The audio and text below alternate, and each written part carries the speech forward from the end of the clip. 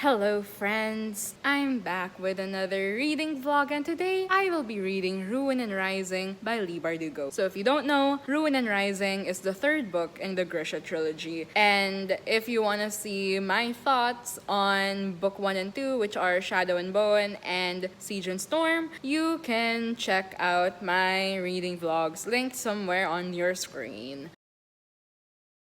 Okay, so I just finished reading until chapter 2 and I'm confused. Like, so are the twins against? Not really against. I mean, like, they kind of worship Alina. But I don't. Are they against the Grisha? Or, like, are they with the apparat? With the fanatics? I don't understand what's happening. There's obviously no bad here. The fanatics are fanatics. They follow their religion thinking that's what best. Whereas Alina just wants to get out and find the Firebird. Everything's just so crazy. I don't understand what's happening. I'll update you again soon. Okay, I just finished chapter 3, and Alina saw the Darkling again. And I have to give her props for how she handled the situation, like how she turned the tables on him. Gotta give her some props for that. At the same time, I still don't understand what's happening. So are they leaving? I don't know. And Alina, starts thinking about how she doesn't really know any of her allies. Like, the only close friend she had was Mal. And we all know how she and Mal are kind of feeling about each other in this situation. They're so toxic for each other. Mal has such small dick energy, and Alina, she has so much power that she doesn't know what to do with. And honestly, I don't think she has the mental capacity for. Like, props to her for doing all this, but at the same time, I didn't see the build up. Like, 1 minute she's this small little naive girl, next minute she's being all badass and stuff, but at the same time, where did all this character growth and development come from? Like, we had so many time skips. I don't understand how she's suddenly like this. And in the earlier chapters in this Ruin and Rising, she was really timid because, well, not really timid, but more unsure of herself again because she couldn't use her powers. And then her powers suddenly come back. Like, from where? Yeah, and plus, there's no Nikolai. I want more Nikolai. Nikolai is the only thing that made Siege and Storm bearable. So, until he shows up again, I don't know what I'm gonna do with Alina and Mal. Because, yeah, my headaches can only take so much. I am become a blade. I am become a blade. Guys, why? Why? Who published this? Who approved this? Why?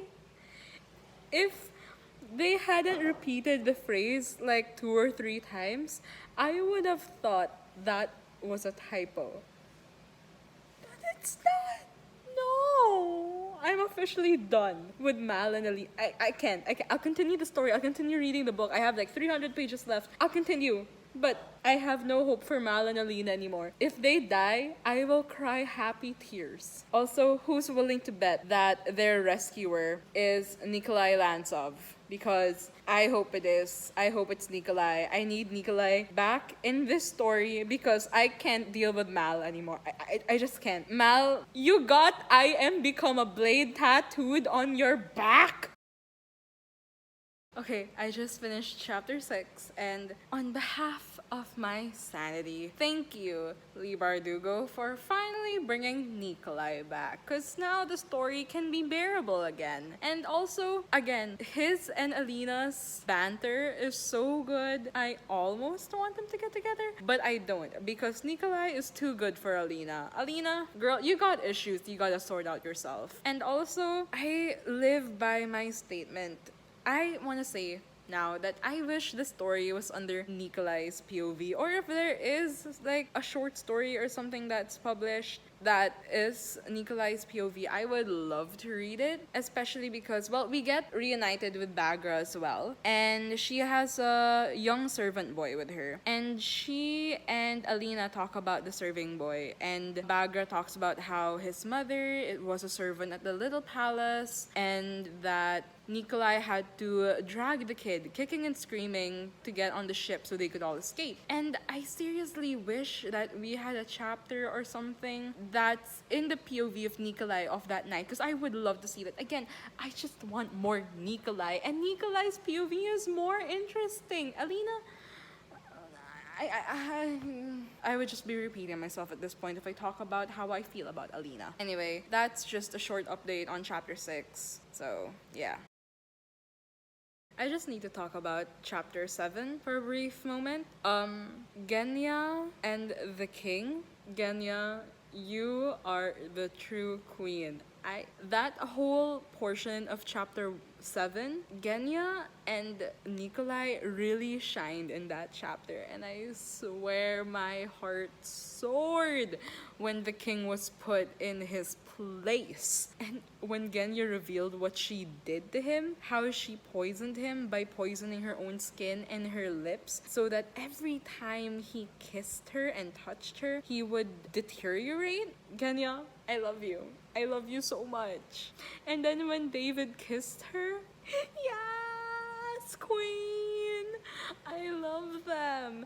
And Nikolai being the king he is, the true king that he is, I stand. Alina, you can fuck off away from the throne. Take Mal with you. Nikolai, my baby boy. We can rule the kingdom together.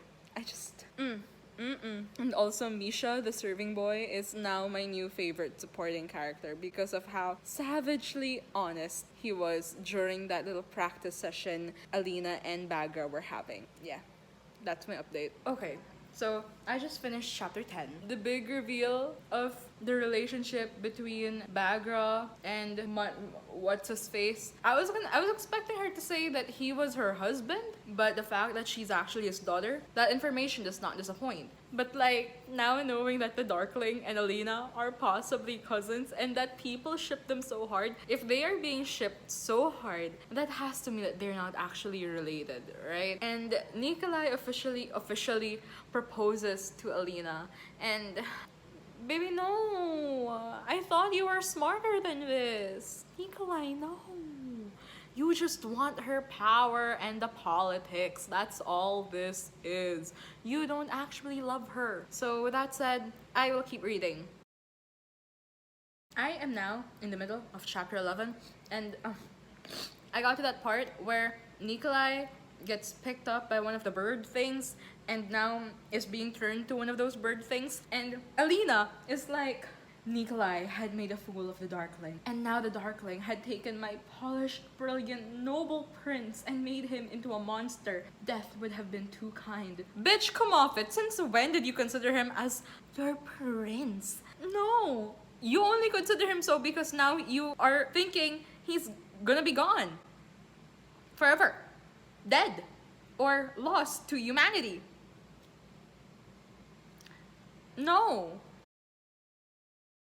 Okay, I just finished chapter 13, and the group has split off into 2. And I just want to say that if by the end of this trilogy and Mal does not adopt Misha, I am gonna be so mad, because the dynamic between Mal and Misha is the found family story that I crave for. So yes, please, Mal, adopt Misha. Misha, my baby boy. I love you so much. You deserve so much better. That's it. That's my update. Hello friends, it is another day, and I actually finished Ruin and Rising last night. Hey! Was it worth staying up until 3 a.m. for? No. Did I do it anyway? Yes. Okay, so I basically read it in a day. And I have to admit, I mostly sped read through it because I was just so done with Mal and Alina and their drama. And then I stopped making updates for a while because when it was revealed that Mal was the 3rd amplifier and that he's actually related to the Darkling, but we didn't get any more detail than that, I had to keep reading just so I could be done with it already and not prolong the pain and the difficulty of reading it. No, no. The only things like that I really loved about Ruin and Rising were, like David and Genya finally getting together and David getting a backbone and, fighting back. And then we're introduced to cute little Misha. Oh, baby boy. And then how Mal and Alina like low-key adopted him. I love that. But I wanted more Nikolai. But I screamed when we're at that final scene of Alina and Nikolai and they mention King of Scars. And that was when I realized that King of Scars is gonna be about Nikolai. So, yes! Yes! I cannot wait to read Six of Crows because honestly, I was more excited to read Six of Crows than the Grisha Trilogy. So, yeah, super excited to get to that. And then super excited to get to King of Scars right after. So, with Ruin and Rising, going back to Ruin and Rising, that battle scene, why? What was that? What battle scene? All we get is Alina confronting the Darkling, and then Mal like going to her and amplifying her power, then her killing him. But what does that actually do? It doesn't kill the Darkling. Like, yeah, I mean, she kills him with a knife. I still don't understand what was the connection between Mal being the amplifier and then her using the knife on the Darkling to kill him. So, what was all that for? I still don't understand. Yeah. I'm glad that I'm finally done with the Grisha trilogy. I can't wait to go buy the Six of Crows duology and then start with King of Crows after that. My overall thoughts on the Grisha trilogy, obviously, if it isn't evident enough, I didn't really like it. Like, it had some fun moments. Honestly, I was more interested in the supporting characters than I was with Alina and Mal. As I told a friend earlier, the Grisha trilogy walked so that Six of Crows could run. And yeah, good for Leigh Bardugo though. She made a really interesting world that wasn't really expounded on. So I guess I'm gonna be able to see more of that in the next books. Yeah, hope you enjoyed this reading vlog and I hope to see you again soon. Bye!